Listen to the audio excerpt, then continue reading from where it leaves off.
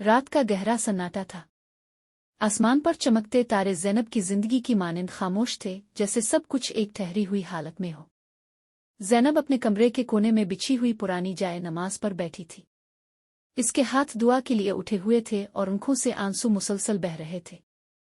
आरब सहा दुआ, मेरे बच्चों की खुशियां लूटा दे, उनके नसीबों में आसानी लिख दे। ज़ैनब की आवाज़ धीमी मगर दिल की गहराइयों से निकली हुई थी।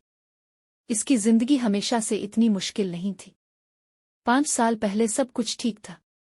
इसका शौहर नईम एक छोटी सी दुकान चलाता था और जिंदगी की गाड़ी अच्छे तरीके से चल रही थी। लेकिन फिर एक हादसा हुआ। नईम की अचानक मौत ने ज़ैनब की दुनिया बदल कर रख दी। इस दिन से ज़ैनब ने हार मानने के बजाय अपने बच्चों के बेहतर मुस्तकबिल के लिए कमर कस ली। वो दिन रात सिलाई और कढ़ाई करके घर चलाती रही, लेकिन गुर्बत और मुश्किलात कभी खत्म नहीं हुई।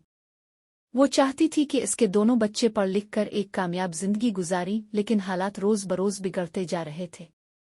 आज भी ऐसा ही एक दिन था। घर में आटा खत्म हो चुका था और ज़ैनब के पास कुछ भी नहीं था कि बच्चों को खाने के लिए दे सके। इसने तमाम उम्मीदें अल्लाह की ज़ात से वाबस्ता कर रखी थीं।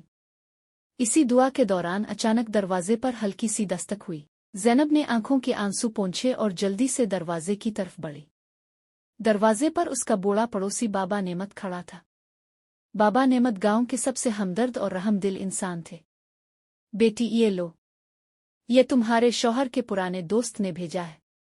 बाबा नेमत ने एक पुराना सा लिफाफा ज़ैनब की तरफ बढ़ाया। ज़ैनब ने हैरत से लिफाफा खोला।